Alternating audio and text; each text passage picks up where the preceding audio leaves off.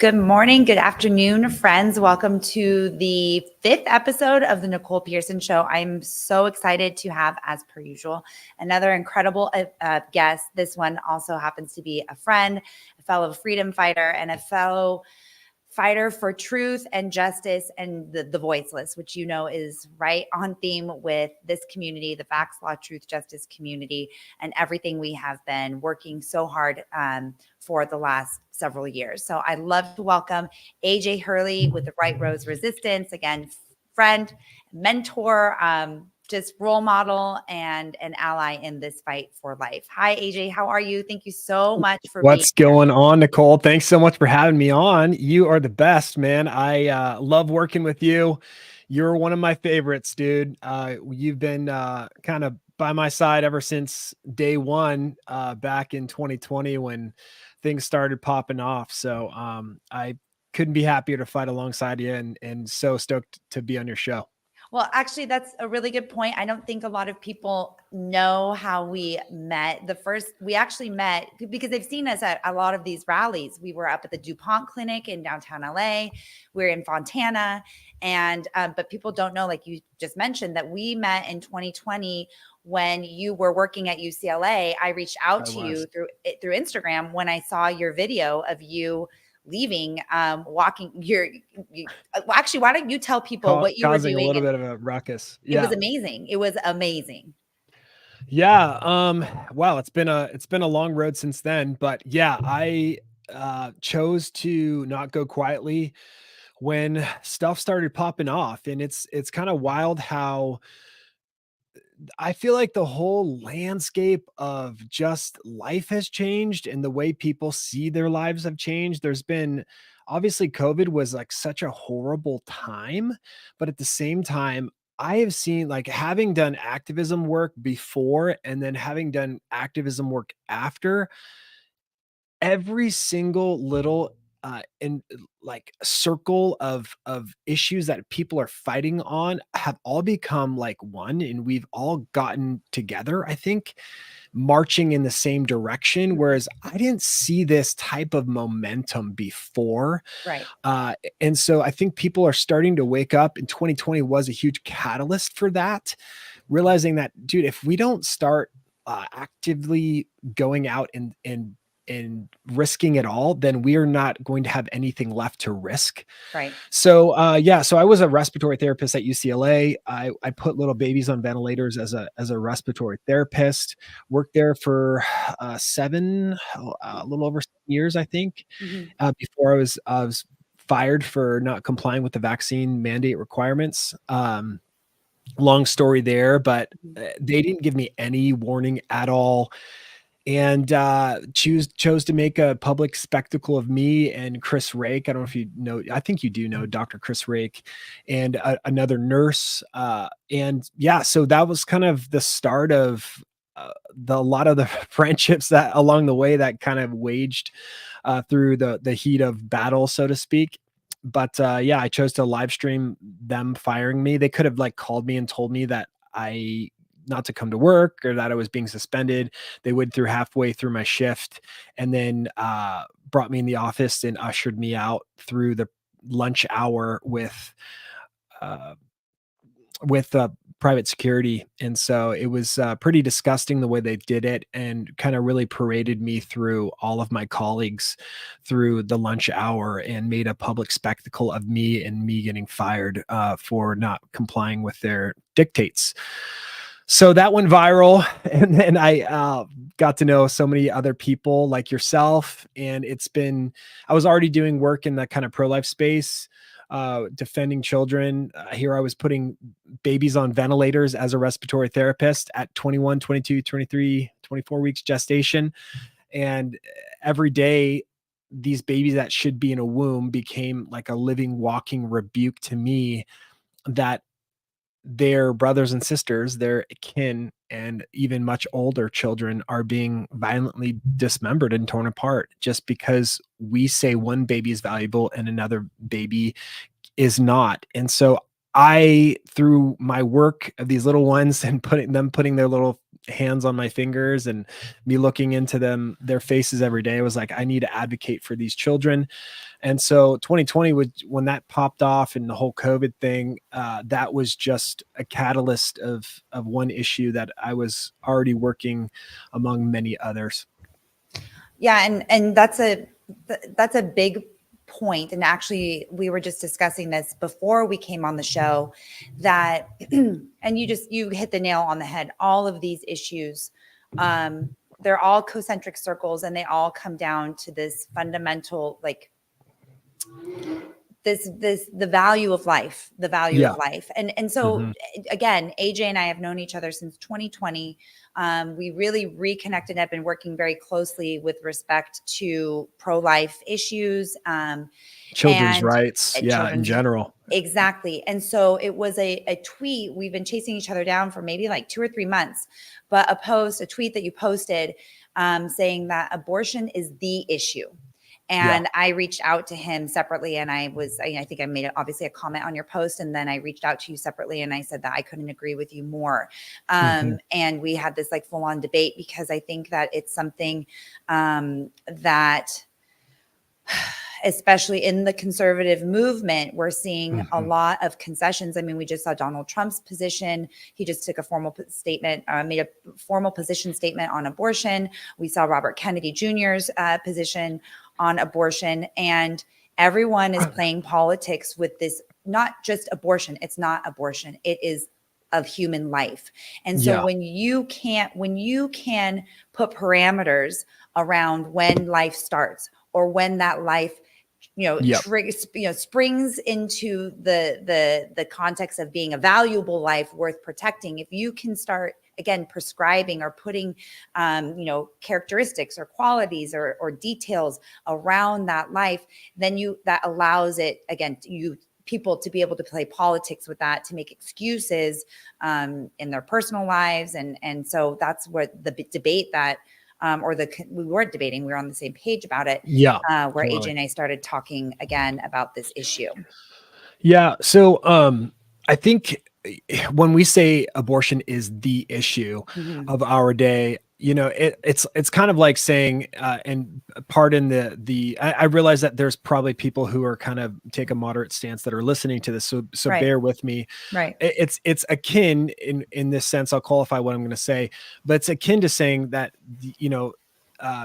in Nazi or in the World War II, that the Holocaust of Jews was the issue, right? So there were other human rights and other people groups being eliminated, right? But and we don't mean that the Jews was the only people group, or that there wasn't foundational ideological or foundations that went into that. So, but what we mean is that was the catalyst, that was the defining era of that time. And so if you don't have at the fundamental principle the value of every single human being, right, then anything's possible. So when I say abortion is the issue, I mean, if we can't get life right, we are not going to get gender right.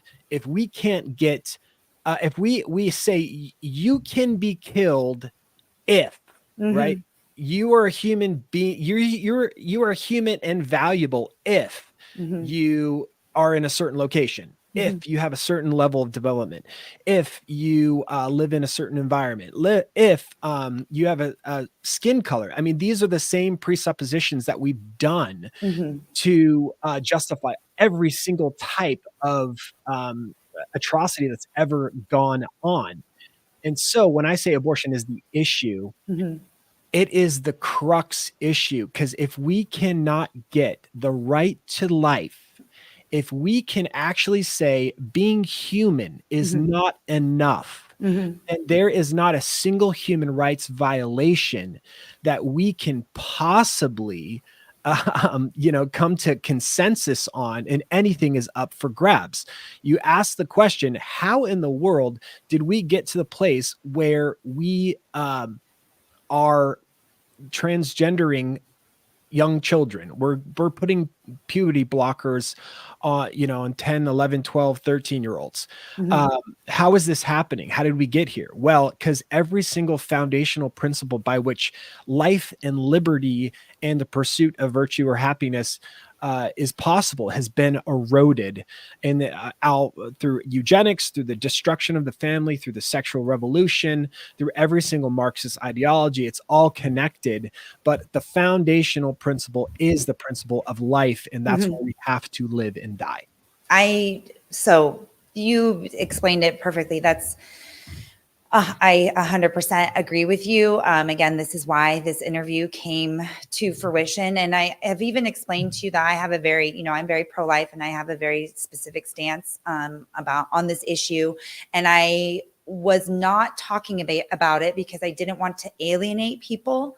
But it, again, so I think, and I don't want to put words in your mouth, so correct me if I'm wrong, but when we say abortion is the issue, it's not actually abortion, it's human life. Okay. So Exactly. it's that human life, because when you allow them to train you to do the mental gymnastics, to be able to murder babies, again, like you said, at this stage or with this condition, or that live in this area, or that we've seen even debates where people have said that parents who are, for example, criminals or drug addicts should be not only allowed to abort their babies, but incentivized or encouraged to abort their babies, because we wouldn't want a baby to be born in this kind of socioeconomic status or this time. And obviously that's not ideal. But again, they are feeding you excuses, justifications to allow you to, what I have called for a very long time, to go against your gut. I call it the gut check. It's not like some novel concept or idea, but in your heart that it's not right. But they have done, and you probably know, you do know better than me, for decades now, with Sanger starting with her, for decades now, to create all of these scenarios, these what if scenarios, these what if conditions, these what if characteristics or features, or to allow you to justify something that is otherwise completely unjustifiable.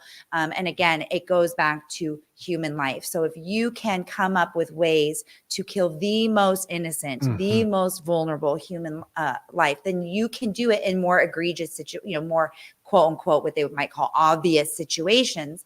And so, I totally agree with you. I don't want to belabor the issue, but it is so important that we all need to be on the same page about that. Every single human life is important at the beginning stages, because otherwise they can trick us into creating scenarios that allow us to do what we have actively participated in, not just in the last 4 years with COVID, and now what you're saying with the transgenderism. And I might even argue what's happening in Israel, and the Palestinian, what's happening in Gaza, and what happens in any war, Ukraine, and the Armenian genocide that's occurring right now. Like there are so many situations where they have created societal constructs that allow you to be able to put it into a box, put those humans and those human lives into boxes, and come up with justifications in those parameters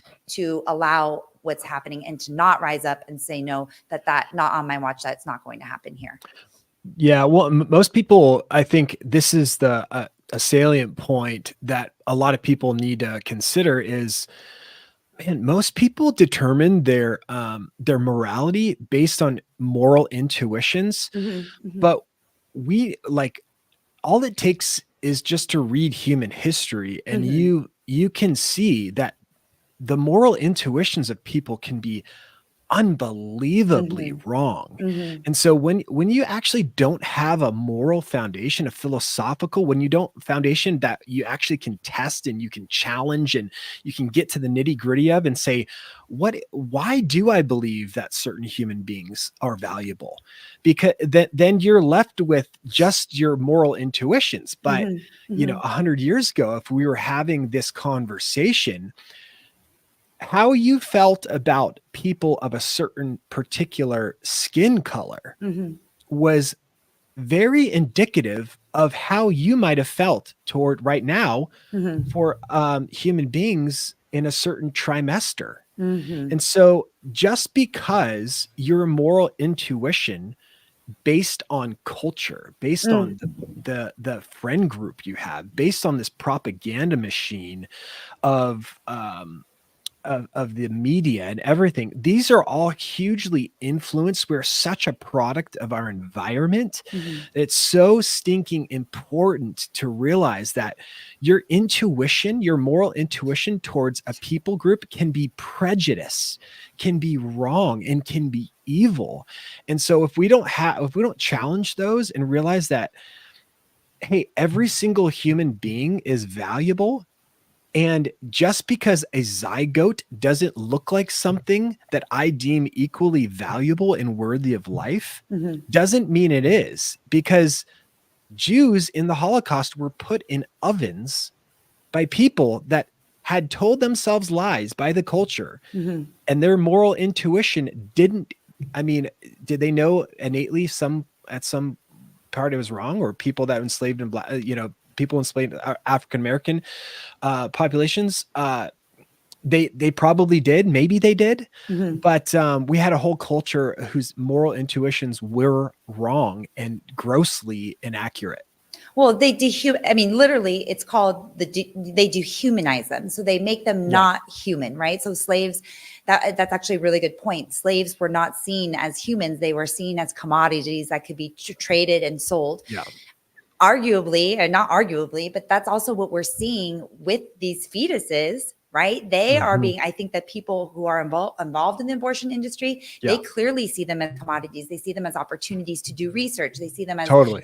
even people who have the best intentions, who want to do research, who want to develop vaccines, who want to, grow a liver in a petri dish based Mhm, off of, that not the genetic makeup of some cells that from an aborted fetus, people yeah, who want to grow organs in order to save people who are on, the transplant list. Obviously, we've seen that dovetail into horrific organ and fetal blood organ harvesting and yeah, harvesting. And yeah, so obviously there's not obviously, but in some of these examples, we see instances where it's sprung from potentially an altruistic idea that has gone awry.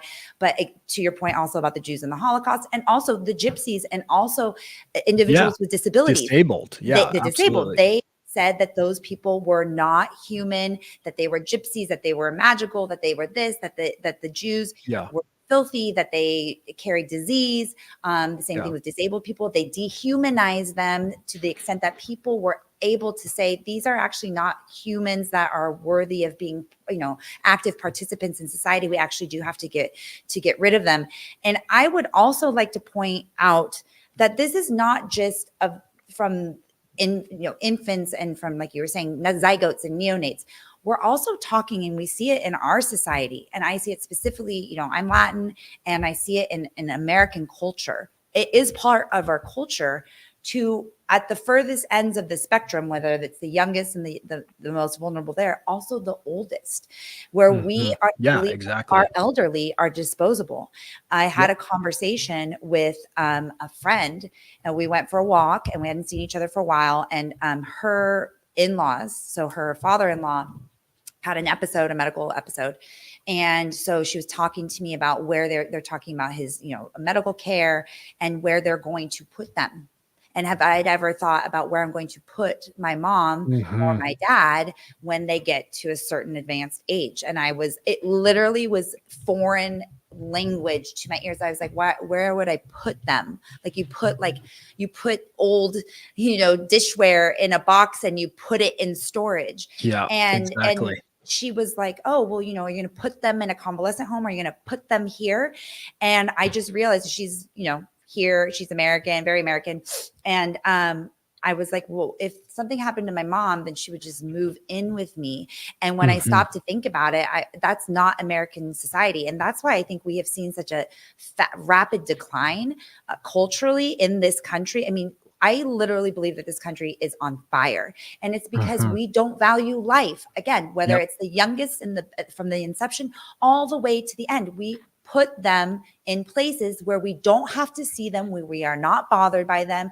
We put them, she was like going to put them in the best home. And I was like, why would you do that? And she's like, well, it's the best home in our area. It's the best money can buy.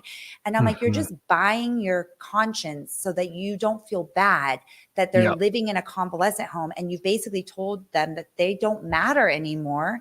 And it's because we have allowed, and I bring up that example because, again, like you said earlier, not to make anybody feel bad, people don't want to talk about abortion, AJ. I'm sorry. No, like this is people don't want to talk about it. Okay. So let's take something that people do talk about every day. They talk about where they're going to put their parents, how they're going to take care of their parents or their grandparents.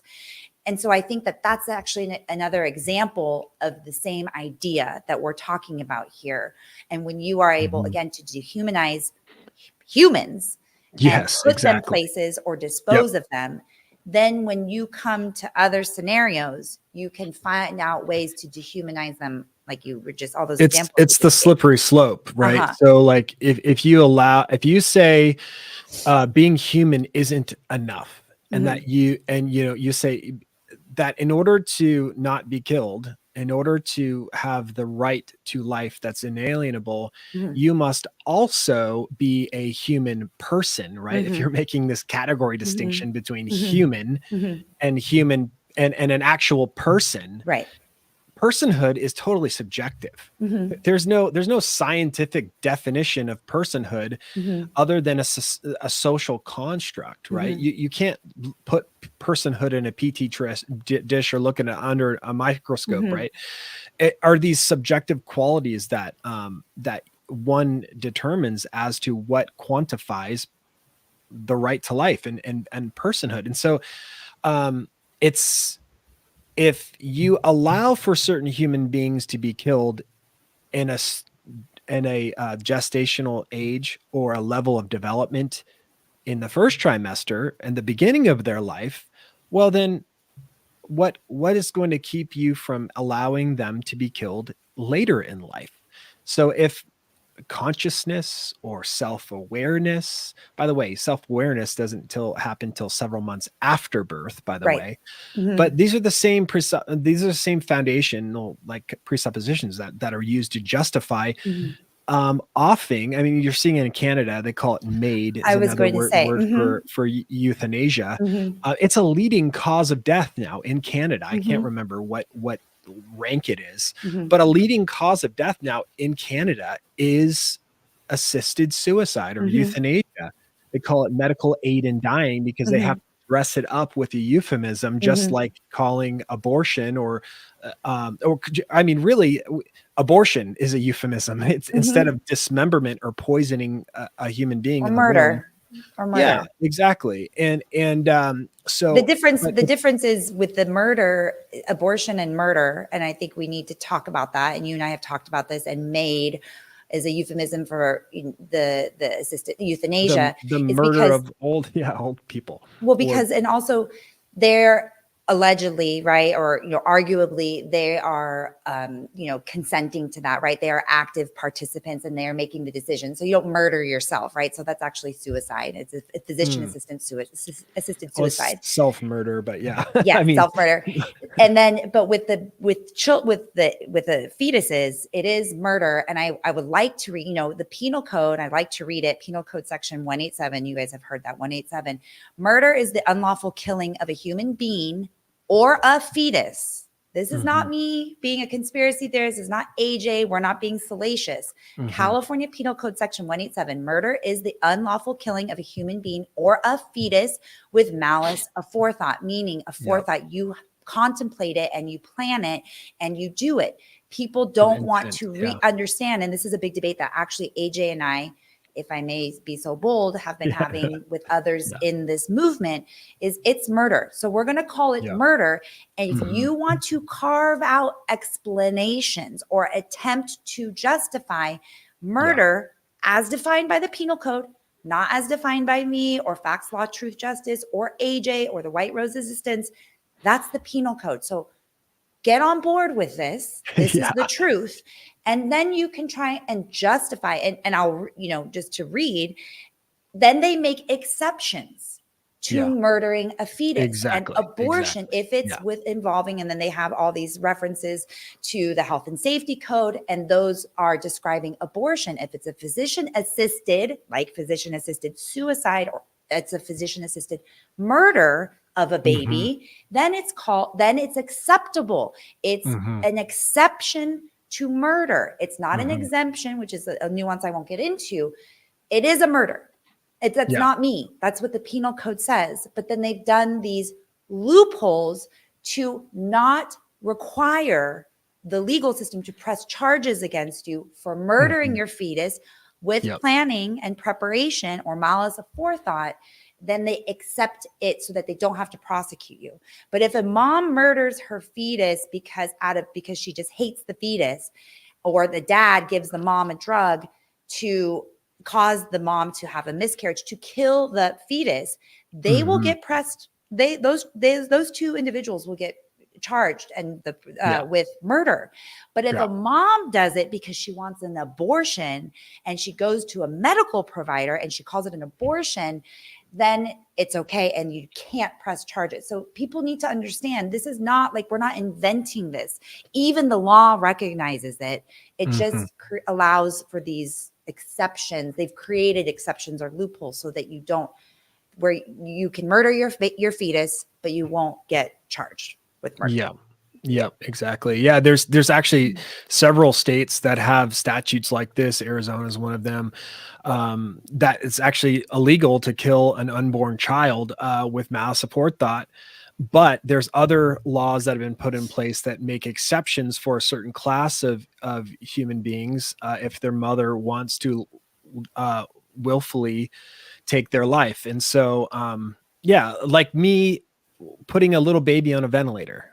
A mom comes to me, she goes into premature labor, and I put their 21 or 22 week, 24 week fetus baby, whatever euphemism or whatever, however you want to call it, on a ventilator. And we put millions of dollars into them and save their life. That baby is valuable because she said it is. Right. But if she wanted now in California at 38 weeks to go and pay, the DuPont clinic or some other late-term abortion facility to go and dismember their child, that's precisely what would have happened. So this woman, two different circumstances, this baby, two different circumstances. One is value because we say it is, and the other one is, so it's not any qualifying factor that makes it more human. It's not any factor that this baby can't even live outside of the womb. This is happening, right? And people say it's a small number of late-term abortions that take place, but it's 1 million abortions a year, 1 or 2%. Do the math. 10 to 20,000 late-term abortions that we know of, right? Well, so yeah, exactly. There's no federal reporting laws on abortion, by the way. So we actually really don't even know how many abortions are taking place. I was going to say that. And I actually just read in prepping that it's 1 in 5 children are aborted. That's huge. 1 in 5 children is massive. And like you said, but we don't even know what the real number is. You said something really interesting, and I don't know if it was intentional or if it was like a slip, but you said, I'll put the 23-week fetus on a ventilator. And I think that is so telling, because if that baby was in this womb, it's a fetus. But when that baby is out of the womb, like you said, you consider it a baby, a newborn baby, and you do everything that you can to save it. So it's almost even a perverse incentive, or not a perverse incentive, but allows medical providers or moms, women who are pregnant with children to keep them in as long as possible and then be able to terminate them, murder them at any point, as long as they keep the baby inside. That's really, it's such a interesting, or not interesting, I don't like to say interesting in this context, but it is, I guess, just a nuance that is so telling. It's so telling how he who controls the language controls the masses. So if you can get people to pretend for as long as possible, as long as that baby is inside, it's a fetus, and a fetus is not a person, it's not a human being. Let's just go back to human being, like that basic, because we talk about, I'm a human and civil rights law firm, an advocacy group. We're talking about human rights, basic human rights. If you can get people to lie to themselves, again, that Jews are not human, that the disabled individuals are not human, that these fetuses are not human and they can be murdered, then people are like, okay, they're not human. And that is so important. That is so important. And that's why this issue is so important. Yeah. So we're seeing that with the GOP right now. I mean, it's with every, and it's highlighted with the whole IVF thing. It's highlighted with Trump and his political maneuvering to try to stay in office, to try to get reelected.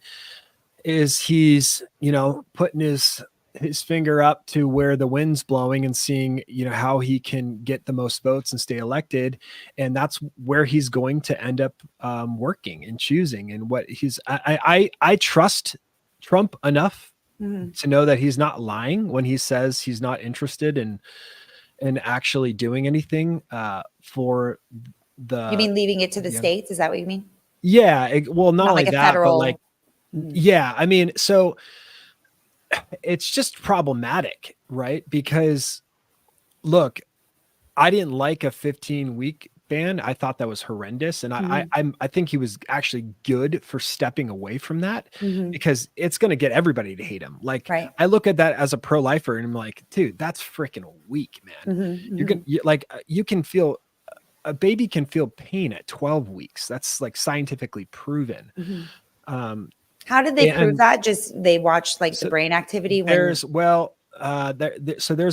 study that came out that debunked a lot of the previous knowledge on that. It's called reconsidering fetal pain, and they used to think that you needed like a neural cortex, I think is what it is, in order to have pain sensation. But they basically debunked that and saying that we know by a week 12 that a baby can feel pain. And so, that's pretty early. And and really in Europe, you can't, there's some exceptions, but in general, you can't get an abortion past 12 weeks in all of Europe.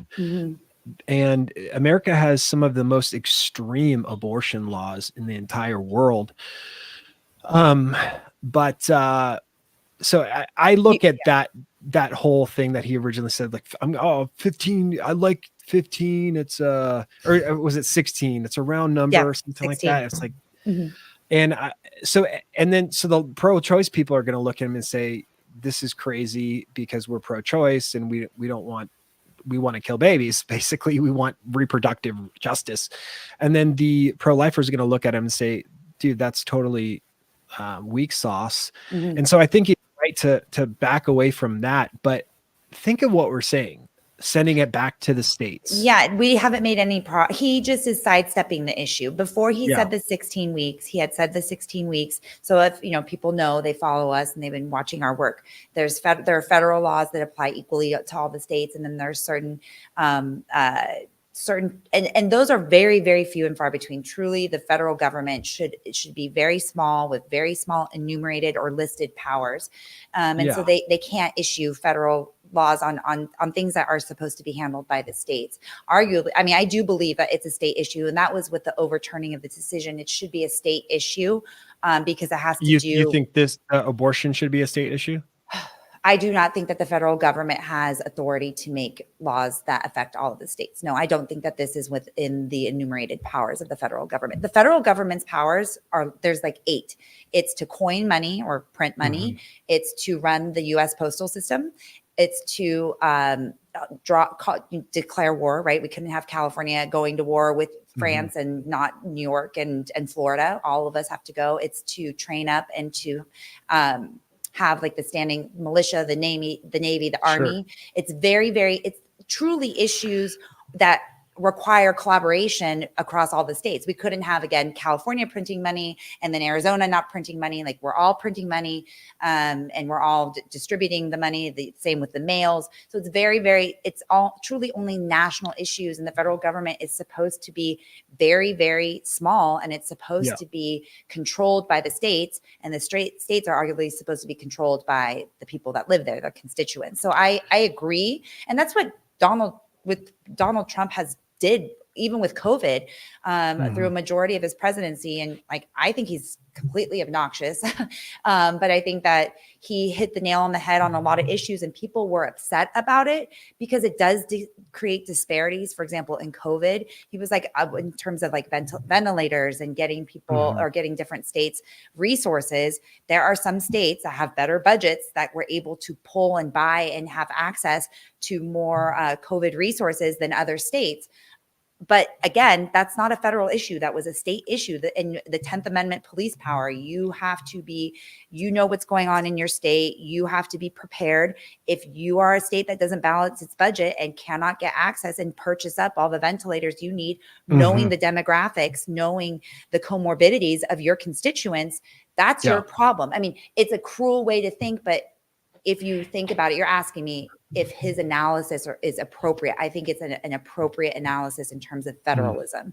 But again, so I agree. My retort, if I can, to that would just be, the Declaration of Independence says we hold these truths to be self-evident, right? That all men are endowed by their creator with inalienable rights, among whom is life, liberty, and the pursuit of happiness. And so the states created the federal government and in turn the Constitution to limit the power of the federal government.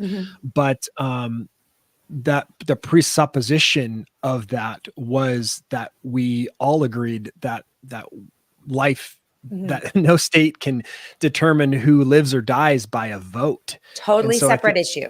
I totally agree with you. Yeah. And so the 14th Amendment, right, talks about no person should be deprived of life or liberty without due process of law. And so if an unborn child is scientifically a human being, and there's no ontological distinction between a child in the womb and outside of the womb. Well, you made it through the 6-inch birth canal. Congratulations, you're a person now, and you have 14th Amendment rights. It's totally so. I think so. The Dobbs decision that overturned Roe v. Wade.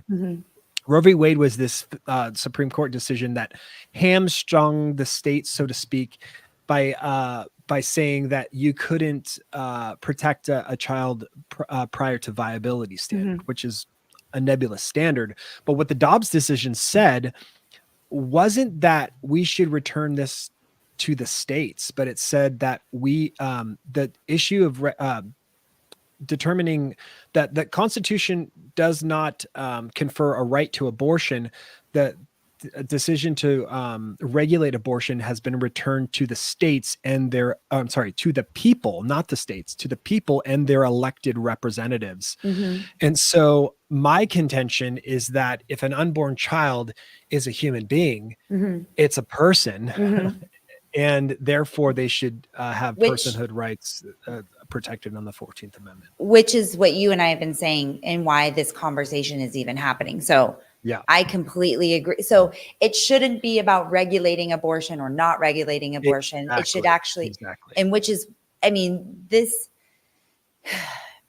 is again why the language matters, because,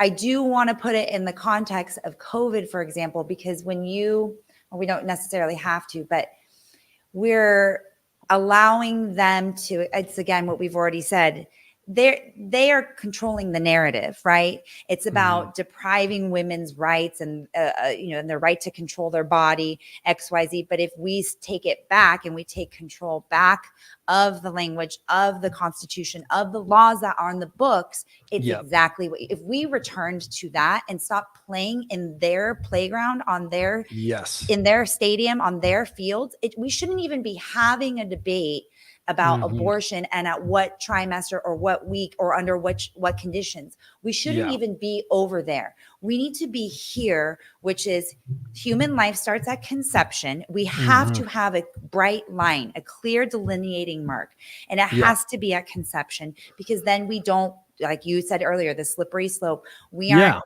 So let's just have a bright line. This is where it starts, as acknowledged in the penal code, as acknowledged in the Constitution and in the Supreme Court precedent. This is where it starts. And if in California, murder is the killing of a human being or a fetus with malice aforethought, which is interesting that they do make the distinction between human being and fetus, right? So they're in the law, they're saying that it's a fetus, but they are recognizing that even killing a fetus with malice aforethought is murder. Then we need to be talking about murder. We don't need to be talking about, and I'm a woman and I've had children, and we'll get into that in another time, but I have 3 children, but we aren't talking about this over here. We're not talking about women's rights, and we're not talking about healthcare. We're talking about murder. So we need to take control of the language. And if you asked Donald Trump or Bobby Kennedy Jr. and you ask them, what are your thoughts on banning murder of fetuses or unborn human beings, that would change the narrative. That would change the conversation. And that's what we need to do. We need to take back control of the language and of reality, because that's why they have us spinning in circles over here when really we should be over here. Yeah, no, absolutely. I couldn't agree more. Well, okay. So then, who are the leaders? I mean, are there any political, where do you see like a glimmer of hope? Like, where can we go from the glimmer here? of hope is the fact that the church is waking up. So like, this is where I think, rather than looking at politicians, which is important. That's why I stopped. But I stopped. I was because exactly. the big theme with us is that we have the power, we have the authority to be not only controlling our own lives and how we conduct ourselves and in our families and our communities and et cetera, but we have so much more power. So I don't want to talk about presidential candidates actually, because I am not relying on that system. I'm not relying on them actually following through on what they say they're going to do. Certainly the ones that are going to take a hard line on this are not even going to get elected. So sorry to interrupt you, but go ahead. No. I think, honestly, what gives me hope is what you are able to do right now. Like, with the stuff that you're doing in the state level with these ballot initiatives, for instance, there is, the church is waking up. And we can get into what the church means or whatever, because people have different opinions on what even that is. But I'm just seeing an overwhelming groundswell, a grassroots movement of people that are actually waking up and getting involved and they're stopping, their apathy. So that's what gives me hope. Social media. Have you seen that directly correlated? I've personally seen it. I know that my position, I have made the active decision, and I've actually been very hard on myself for not speaking out about abortion or murdering human lives before. And I'm not going to be silent about it anymore for all the reasons that you and I discussed. I know that happened within me, that I was like, I saw COVID happen, and then I saw the transgender thing happen. And I'm just saying, they don't care about children. They don't care about life. They don't care about humans. And so it has been a natural progression to return to my feelings about abortion, but then to understand that that's why it's important to speak out about it now. Do you see that same correlate or that same kind of like path happening in people that you're working with now? Is that like a natural progression? Are there more people like me? Unbelievable explosion of like a groundswell of people getting involved and people being activated and people honestly just getting mad. Dudes need to get mad. And it's like we've been silenced for so long. You go to churches and it's just filled with women because dudes don't relate at all. Guys have no understanding of where they belong in this whole godly type of church thing, have relationship with God, and it's become a very touchy feely kind of sensitive. Let's talk about our feelings and let's get on our knees and cry, and guys just don't have, they don't understand. They understand fight evil. They understand, and the bad guys. They understand getting involved in actually using their strength to confront injustice. God's made us to be defenders. God's made us to be protectors. God's made us to be providers, and to take care of the vulnerable, the weak, the defenseless. And that's why I got into this, was these little children were grasping onto my little pinky, and I was like, they have no one helping them. They have no men. They're the most, like James talks about, who's the fatherless, the orphan, the widow. Those were the people in that day that were most defenseless, most at risk of being taken advantage of. And who is more fatherless now than the unborn child? Who is more fatherless than the child in the womb that is going, his mother is taking him inside the doors of this death camp to be either chemically starved to death by an abortion pill or to be literally dismembered limb from limb, who is without protection in the world, and the fatherless. There's no one more orphaned or fatherless than the unborn child. And if there's an issue that dudes can get involved with that would animate them and that actually would cause their blood to boil against the injustice, and spur them on towards masculine kind of force and vitality and selfless, abandonment, it would be the issue of life and children's rights, because children are the most defenseless, the most need for help, and they are being attacked everywhere. I know, very, like you mentioned earlier, through our work, it has become incredibly painfully obvious that they're coming after the kids, and it's demonic effort. And that's why I say that's like, it needs to be like the church, because dude, this is not like a political thing, right? This isn't not some politicking issue that we can just, hey, let's sit in a country club and talk about policy. This is evil. This is like, people know that. I talk to so many kids on college campuses that are frankly just lost. They are so controlled by either demons or just leftist kind of ideologues that have poisoned their minds with this woke mind virus, that they look me in the face, they know it's murdering a child, and they just don't care. And that is demonic, by the way. Yeah, there's nothing you can do to fix that other than a spiritual revival. God needs to get a hold of these people's hearts.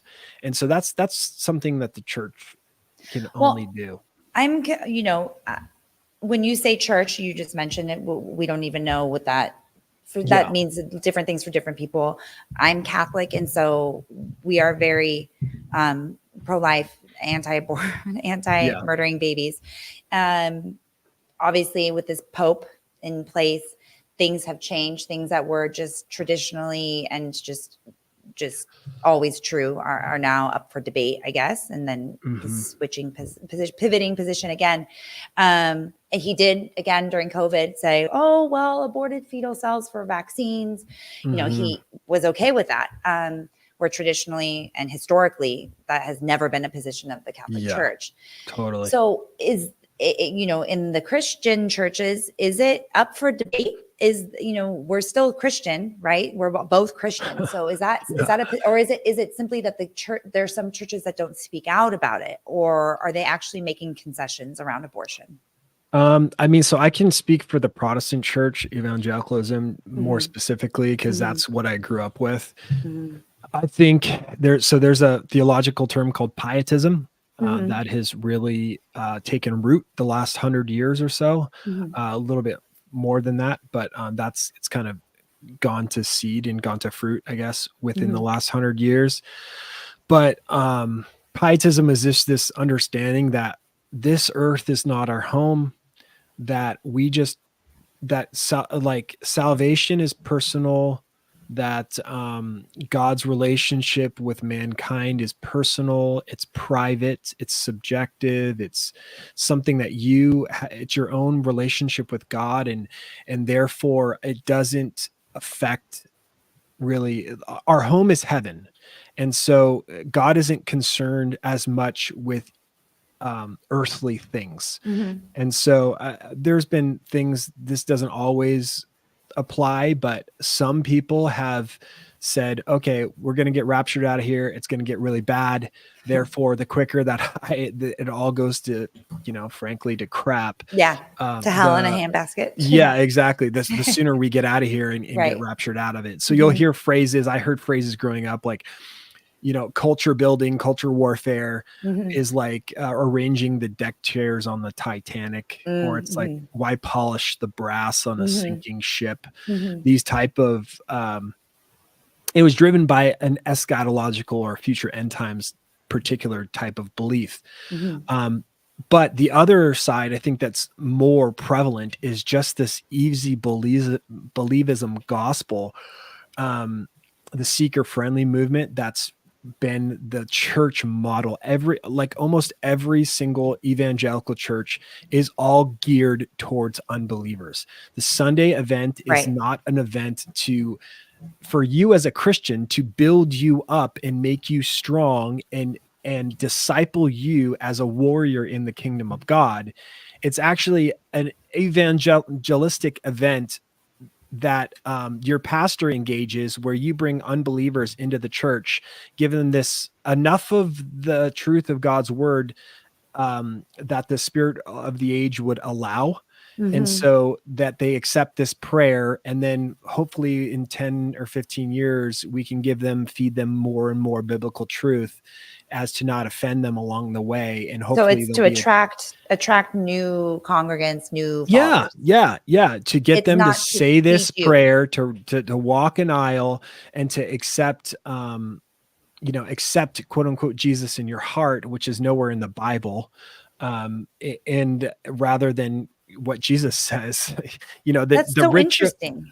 The rich young ruler comes to Jesus and he says, what do I need to do to inherit the kingdom of God? He looked right into the idols of his heart, which is money. And he says, go sell everything you have, give it to the poor, and come follow me. He walks away. He doesn't say to him, well, just accept me, pray this prayer, ask me in your heart, and then, begin this long process by which you can slowly, by little, he says, come and die. Jesus says, if you want to be my disciple, you need to take up your cross and follow me. And if anyone isn't willing to take up his cross and follow me, he isn't worthy of me. And this used to be the message of Christians. This used to be we used to be the salt of the earth. We used to be the light of the world. Those days are long gone. We are basically like St. Augustine used to say, if you, let me try to remember the quote. If you take what you like about the gospel and you reject what you dislike, what you're worshiping is not God, but yourself. And that's what we've crafted our churches to become. And 100 years later, we've woken up to a culture that has been completely given over to the left, given over to Marxists, to people who hate us. And our children now don't belong to us. 3,000 babies are being murdered a day. And that we know of. Right. Yeah. And you name every type of debauchery that's happening, all our institutions have been given over. And why do you mentioned 100 years ago? What is that like a specific moment in time that something was Well, there a I mean, it transition? kind of started with Charles Finney and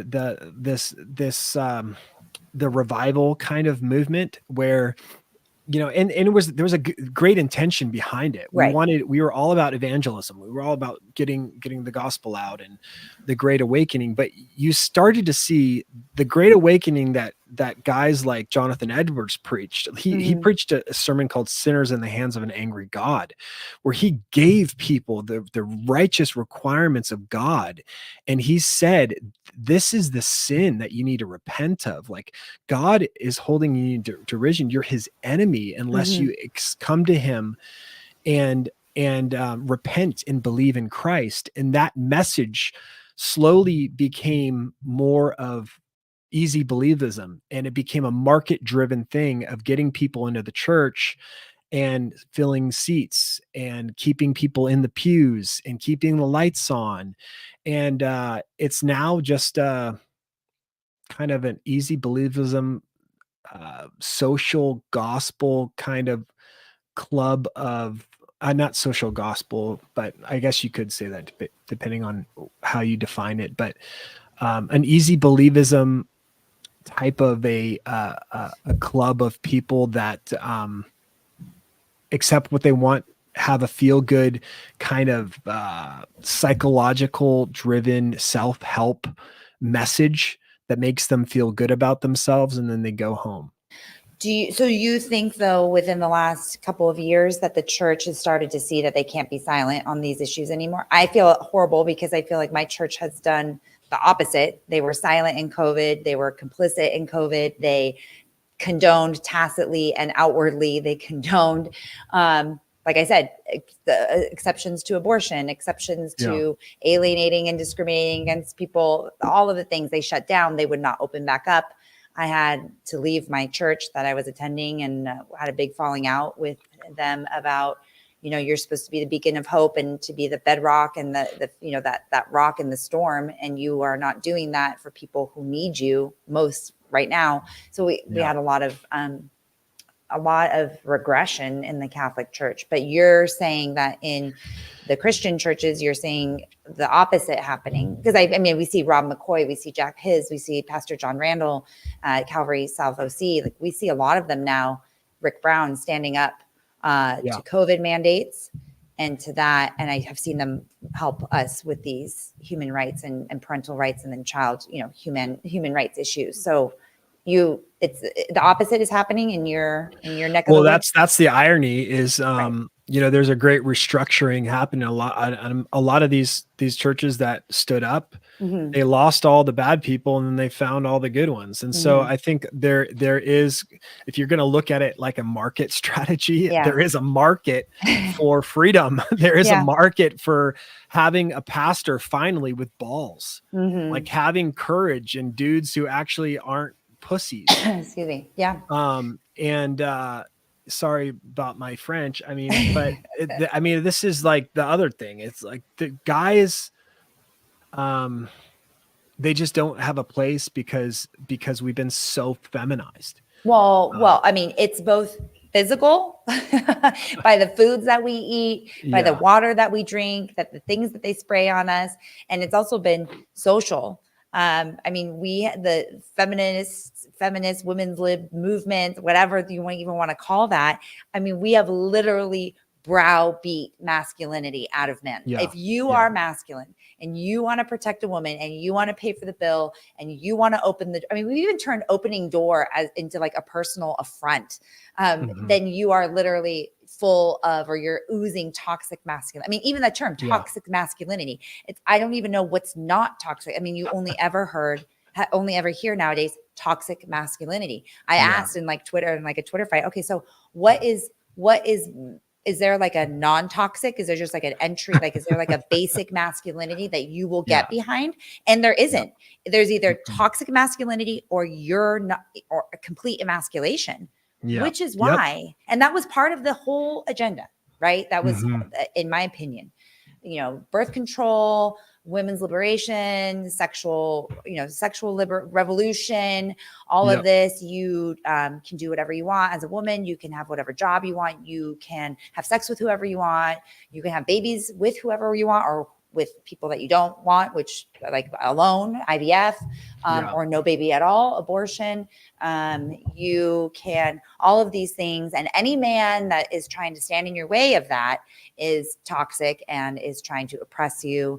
And we need to get rid of those men. And so, I mean, the beta males, right? You call them the beta males. And we're just there's a way to, like, I guess, explain this phenomenon that's been happening in the church.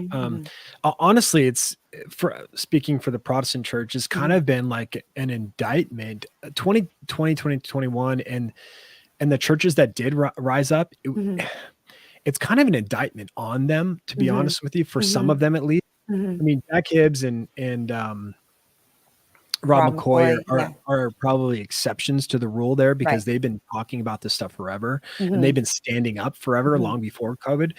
But, you know, for a lot of people, a lot of these churches, a lot of these pastors, I'm sorry, but it took them coming after your church and it finally affecting you for you to stand up and be a man. Like, where were you on these issues like your whole ministry?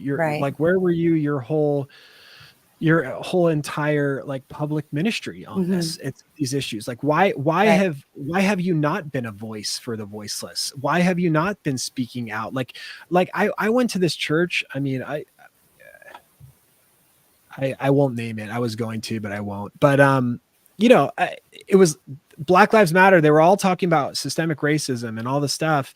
There was all these woke platitudes and political movements that they were preaching against, or preaching about from the pulpit. You'll talk about racism, but you won't talk about every other injustice.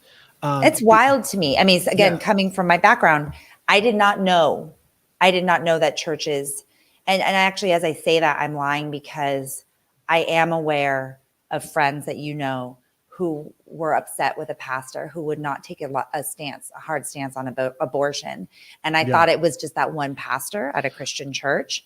But now that I have this conversation with you, I'm like really rocked that as Christians, that this was, but that just proves the point that this is so important that we talk about this, because if you can even get Christian church leaders to take a back seat and to not want to talk about it, or worse yet, not even know what their position is on this, we are in dire straits. It is actually worse than I thought, which is why we need to talk about this. A way for people to, like, understand this is, I'm trying to think of a way that people can kind of create categories in their head. So God created 3 institutions that are supposed to run the world. The church, the family, and the state. Okay. And the state. So the state, their role is to provide a justice system, a legal system, and a national defense, right? The family, your role, there's government and family, and then there's the church. And so many pastors didn't stand up and start speaking out against the evil in society until it started affecting their sphere of authority. Right. And so, like, I love John MacArthur. I went to his college. He's amazing. But he didn't wake up, to be honest with you. He was always the one completely punting any political issue and our engagement. A lot of this pietistic statements, and this goes a long way. We can do a whole podcast on that. We probably will. But he really didn't come out against all the evil and speaking out against it from a political perspective and telling churches or Christians to resist the government until it started affecting his church. And so the issue that you need to realize is God is over all of it, right? God isn't just over this little sphere of the church. He's over the sphere of family. He's over the sphere of government. And if you don't recognize his lordship over everything, and you don't look to him as how we run every single one of these institutions, you are going to set yourself up for the greatest amount of injustice that's ever going to happen, because we are getting away from the biblical foundation that this entire country is built on. Yeah. Well, I have two things to say to that. One is there's been this distortion or contortion, again, the mental gymnastics of separation of church and state. I think it's really laughable when people say that this is not a Christian nation. It wasn't based on Christian, ideals, because of that one concept, that one principle, that separation of church and state. The separation of church and state is that we did not want a church that was run by the monarchy. That was the only, it actually was controlling the language. It was to prevent that from happening. It wasn't to tell the churches that they couldn't participate or have opinions on state issues, because like you said, there actually is no church and state. We just didn't want the church to be run by the state. Yeah. So there's that. But what about people who aren't Christian? What about people who are either agnostic or atheists, or who aren't, again, like how do they get involved? Well, I mean, like, I'll work with anybody to end abortion, right? So you don't have to be a Christian to end abortion. Right. But at a certain level, I think you're gonna have to ask. I mean, so here's the way. One way I can answer that is like at a certain level, like I held mangled third trimester aborted babies. And this justice for the 5. There's just no way to look at a baby that's been brutally treated that way and not realize that this is utterly demonic. And so, look, I'll take anybody that wants to help me end child killing from a political perspective, but buckle up along the way, because you're going to realize that this issue isn't like any other issue. Jesus said that the kingdom of heaven belongs to little babies, little children. And abortion is a full frontal assault on the kingdom of God, because children belong the kingdom. And so I don't know personally how you can get involved with and see the supernatural type of an evil and not realize that there's demonic realm behind it. Well, I will tell you that, again, especially in the last couple of years during COVID, with what happened with me and the church, that I was going far from the church. I mean, I didn't have a church. I didn't even know where to go. And everything that they were doing was antithetical to anything I'd ever learned. And I couldn't even go if I wanted to, because I'm like, this is not even this doesn't represent anything that we stand for or we believe in. And so, but I will say, when you see these things what you're mentioning, when you see adults, putting children on the sacrificial altar of science and equity and compassion, right? This was, again, manipulation of language.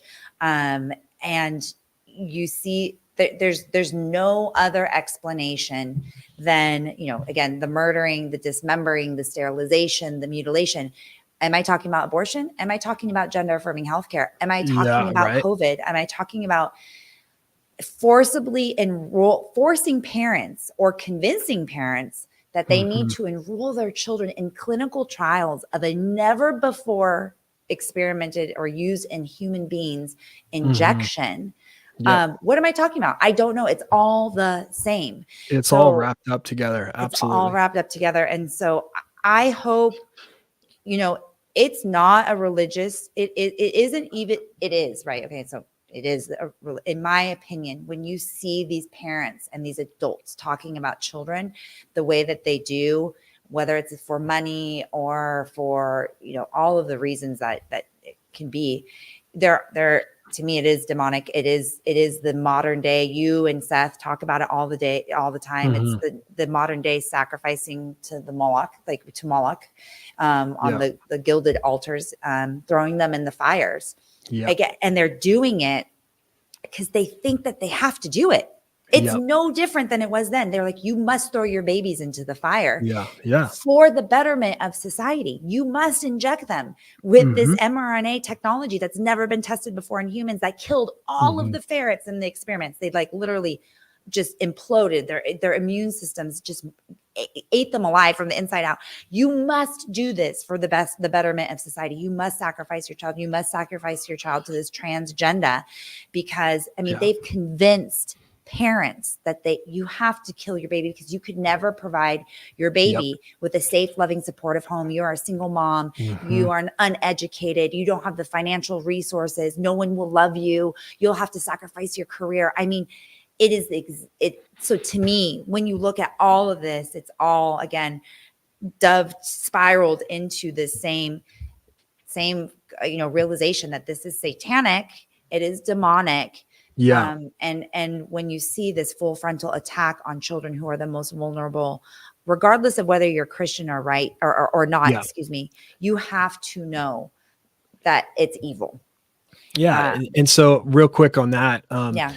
So it doesn't have to be a religious issue, Mhm. but on another front, like foundationally, it has to be a religious issue. And what I mean by that is, science can tell you when life begins, but it can't tell you why life is valuable. And so if you don't value human life as a society, or if you think that certain human beings can be killed just because we determined societally that that's okay, then it becomes a religious issue. It becomes a foundational philosophical issue that underpins morality.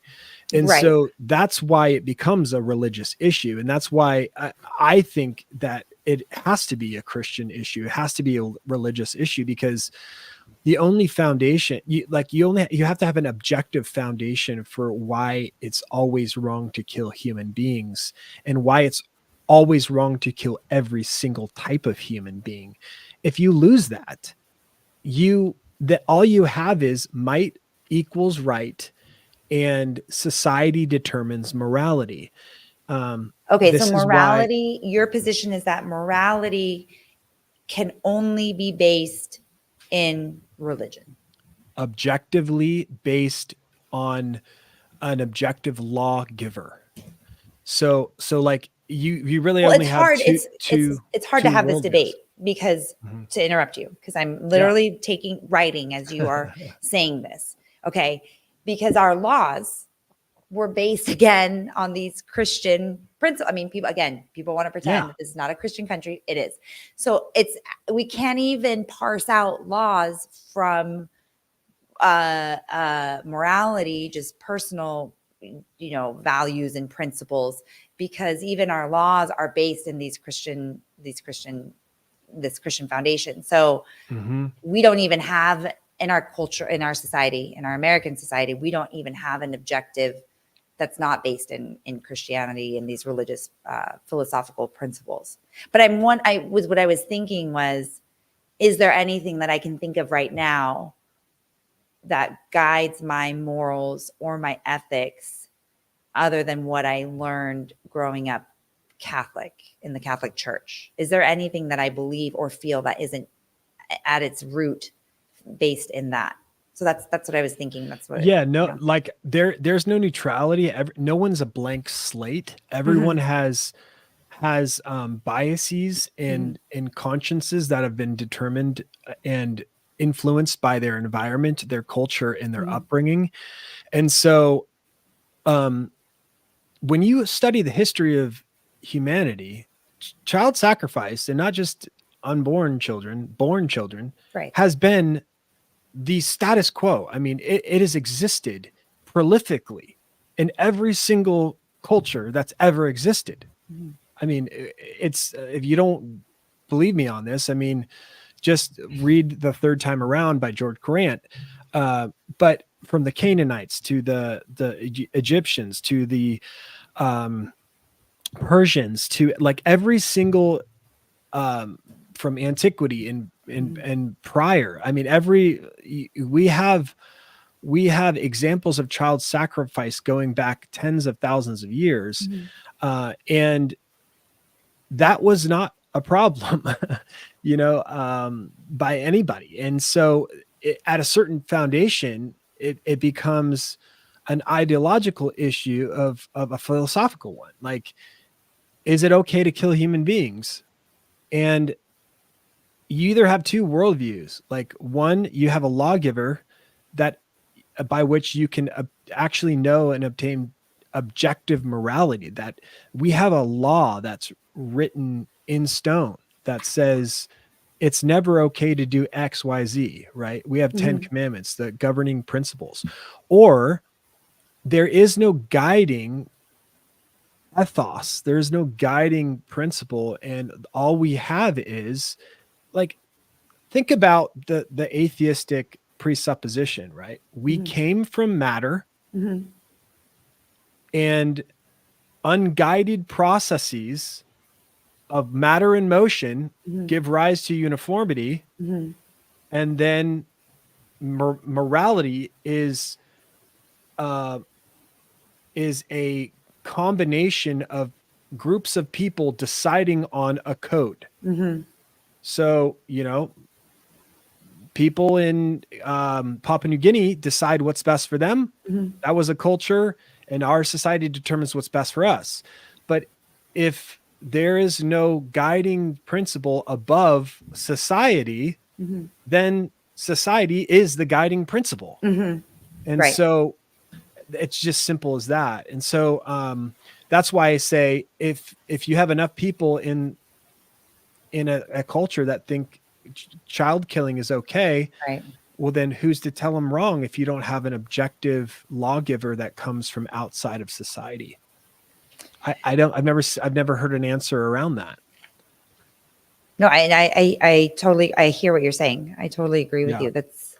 I just had never thought of, you think that, as a lawyer, you think that these things are just laws and they're put there and they're brought by a committee. We now know I know the legislative process. I'm sure you know it, very familiar with it as well. So there's this whole process, but again, at its very root, it is exactly what you were just describing. In all, we've talked about decades, centuries worth of history and information. Who is your hero? Hero. Besides Christ, obviously, Right. I would say, heroes that are alive right now. It's like some of my mentors, Randall Terry, Jeff White, my gosh, I'm blanking on her name. The girl who has been arrested tons of times for saving babies. Joan Andrews Bell. These are some of my earthly heroes, people that are risking decades in federal prison for standing upon the reality that unborn children are human beings and they deserve dignity and protection. And they risk their lives, risk their lives for them. I guess those are some of my earthly heroes. Historically, man, that's a good question. C.S. Lewis, some of my influencers would be guys like R.J. Rushdoony, Greg Bonson. These are some people that come to mind off the top of my head. Well, you just mentioned, those. I'm blanking on what kind of how we're calling them, but those rescuers. Those individuals that were peacefully protesting, I think even silently protesting at some point, and then they were indicted under the Joe Biden's FACE law, that federal law about obstructing a woman's right to access an abortion clinic. Horrifying. I think one of them was sentenced to 12 years in federal prison for this. Is it Joanne? She hasn't been sentenced to that yet. They're sentencing, but they're all facing like 11 years in prison.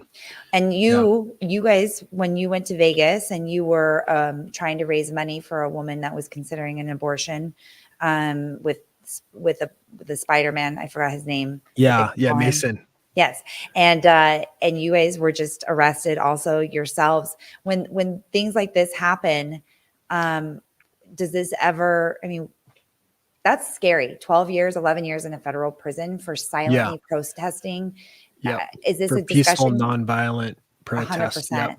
Is this a conversation that people are having in the pro-life, anti-murder movement? Well, it's unprecedented what they're doing because, so the FACE Act, which for people who don't understand, like FACE or don't know, it still stands for Freedom to Access Clinic Entrances. So it's the only type of non-violent type of trespass which will make you a felon. You can block, you can refuse to leave and block the door of a UPS or something like that, or like a grocery store, and you get a slap on the wrist and a day in jail.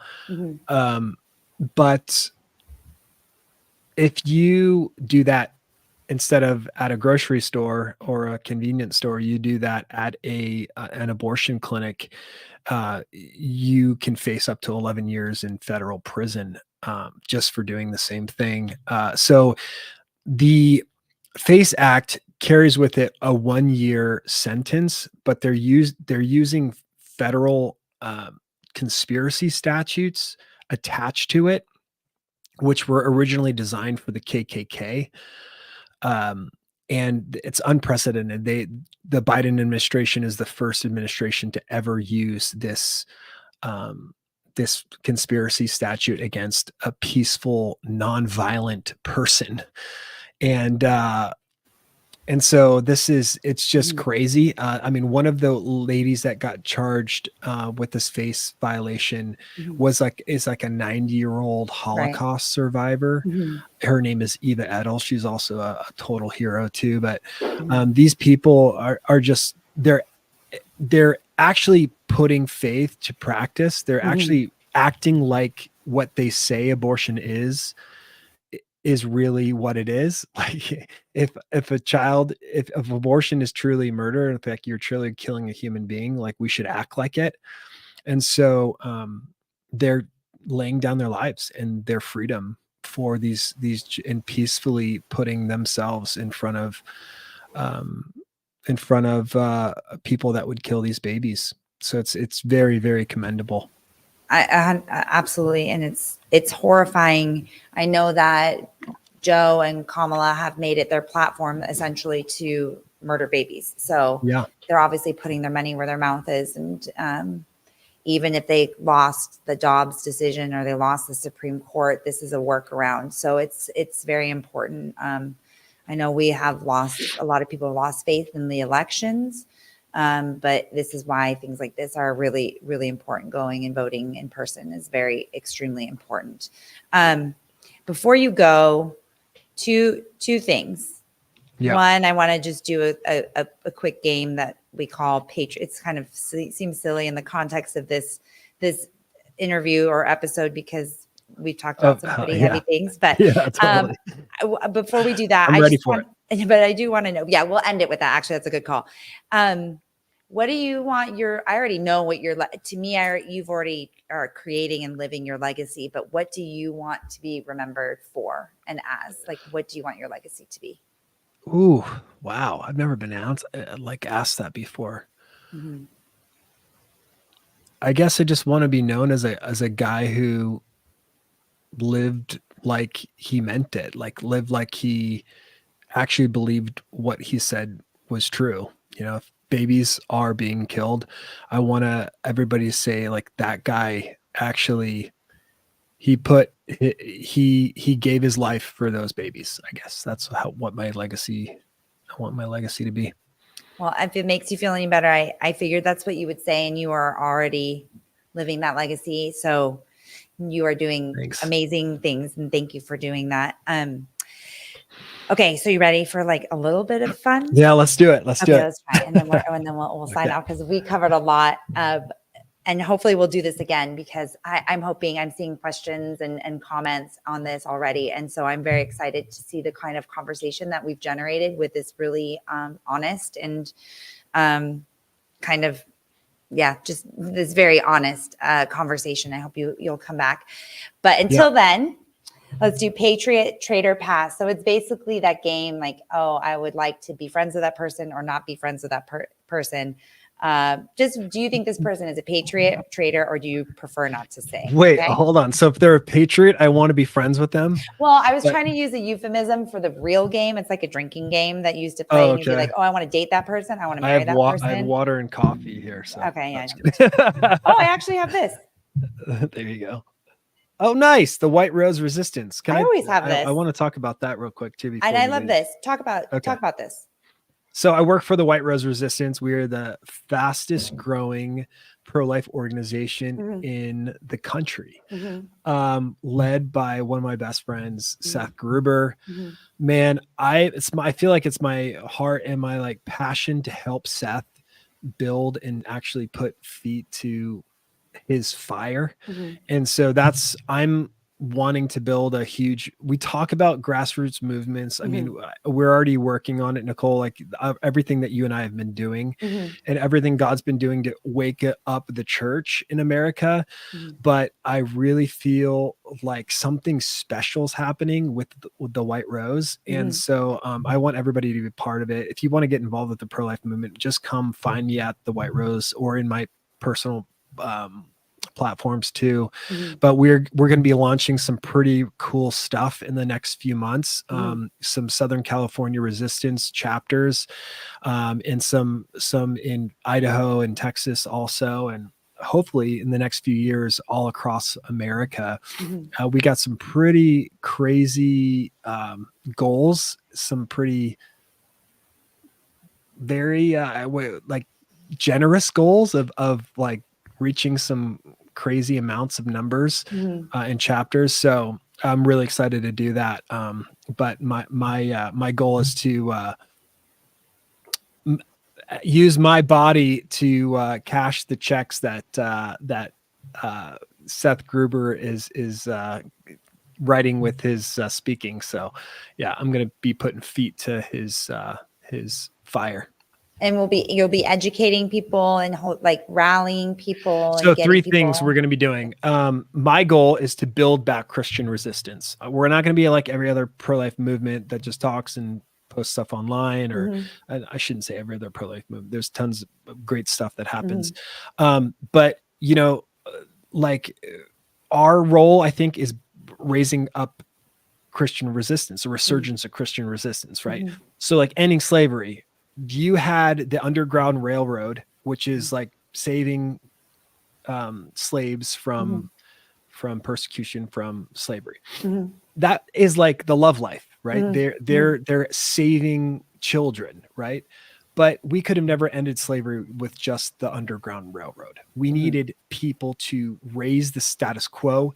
We needed to raise social tension. We actually needed to shake up the places of power and change the entire nation. And so that's done through, I think, 3 things that I want the church to get involved with is we need to inform, we need to age, and we need to enrage. So inform society of everything that's happening, engage public debate, kind of engage with people where they're at. And then we need to enrage every single place where evil is happening, every single place that gender mutilation is occurring, or where babies are being killed, or where Planned Parenthood fundraising galas are happening. We need to be there shaking up the places of child sacrifice and evil, and actually being an active resistance against evil everywhere it's happening. So well, I'm here for that. So I will be. I know you are. I'm constantly enraged, and so I am all about rising up. Too nice for too long. Yeah. Okay. Well, please, as soon as, you know, everything, I repost, I share everything that you guys do. I think you and Seth and your whole team, you guys are amazing. What you speak is just the way that you guys are able to synthesize history and just truth and reality which apparently seem to be different things, but they're not. It's very, very, very powerful and very effective. So Praise God. please keep doing what you're doing. Thank you to both of you. Please keep us posted. We will reshare everything. Make sure you hit those goals, those lofty goals. I know you will, because I see it growing right before my eyes. And before we go, we're going to do that Patriot Traitor Pass. Let's do it. So you just let me know you think this person's a patriot, a traitor, or you want to pass because you don't want to be controversial, which I don't think that's you. But so what do you think, Bobby Kennedy Jr.? We talked about him earlier. Oh, that's a hard one, because in for the babies, he's a traitor. Right. Okay. Yep. For the vaccine stuff, he's a patriot. Totally. He's not a one size fits all. Yep. I know. Donald Trump. I mean, overall, he's a patriot. But to the babies, he's been kind of a traitor. Yeah. Tucker Carlson. Patriot. Okay. Kanye West. Ooh, pass. Okay. James Lindsay. We have a little bit of beef right now, but he's a patriot. Alex Jones. Patriot. 100% all the way. Okay. Charlie Kirk. Patriot. Pope Francis. Traitor. Vivek Rams. Patriot. Vivek. Okay. Anybody else you want to mention in here? Any other patriots that you are, or a traitor you just want to call out before we sign off? Patriot. I would say Edward Snowden. Patriot. Julian Assange. Traitor. I mean, the list goes on. Like, sure. We got a lot of traitors in our midst. Oh yeah, totally. Well, I really I'll stay for now. I know. Let's end on a good note. Yeah. Well, I love you and your wife, and I appreciate you so much. Thank you for being here. We love you too. This is a great. I appreciate your time. So thank you so much for sharing your information, for all the work that you do. And like I said, please do keep us posted. We want to support you. I am personally fighting, and I know the Facts Law Truth Justice community. We appreciate you. We are fighting alongside you. We will be there. So just let us know how we can help you guys. Awesome. And I'll catch you. I'll see you on that hill. All right. Talk to you soon. Thanks so much, Nicole. Appreciate it. Bye, yeah.